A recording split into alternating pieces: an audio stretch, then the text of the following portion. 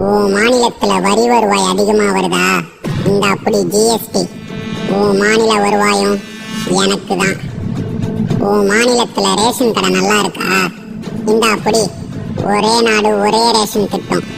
என் மாநில மக்களை உன் ஊர்ல நிரந்தரமா தங்க வைக்கிறதுல இனி பிரச்சனையே இருக்காது.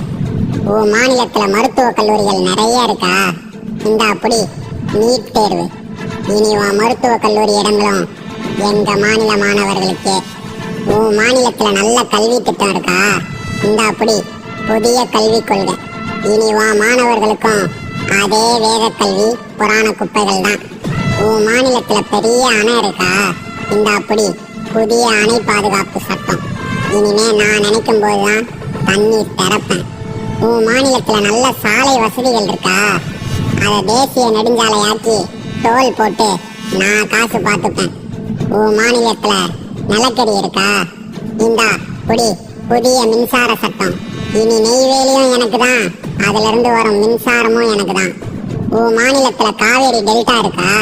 இந்த புடி புதிய எரிசக்தி திட்டம். இனி காவிரி நெல் விளையும் பூமி இல்ல, அதானி அம்பானியின் மீத்தேன் ஹைட்ரோ கார்பன் பிளான்ட். உன் மாநிலத்துல வனங்கள் இருக்கா? இந்த புடி வன பாதுகாப்பு சட்டம். அங்க இருக்கிற பழங்குடி மக்களை வெளியேற்றிட்டு காட்டை என் கிட்ட கொடுத்துரு. உன் மாநிலத்துல நல்ல வேலை வாய்ப்பு இருக்கா?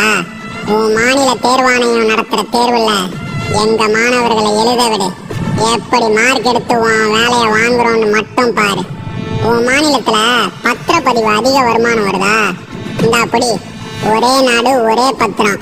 இனி உன் மாநில பத்திர வருவாய் முழுக்க ஆட்டைய போட்டு எங்க ஊர் பணியாளர்களும் சேட்டுகளும் லீகலா நில ஆக்கிரமிப்பு செய்வாங்க. மொத்தத்துல மாநிலத்துக்கு உரிமையும் தர மாட்டோம், மாநிலத்துக்கு வருவாயும் வரவிட மாட்டோம். இப்படிக்கு ஆப்கி பார் முதல் முழங்கி சர்க்கார்.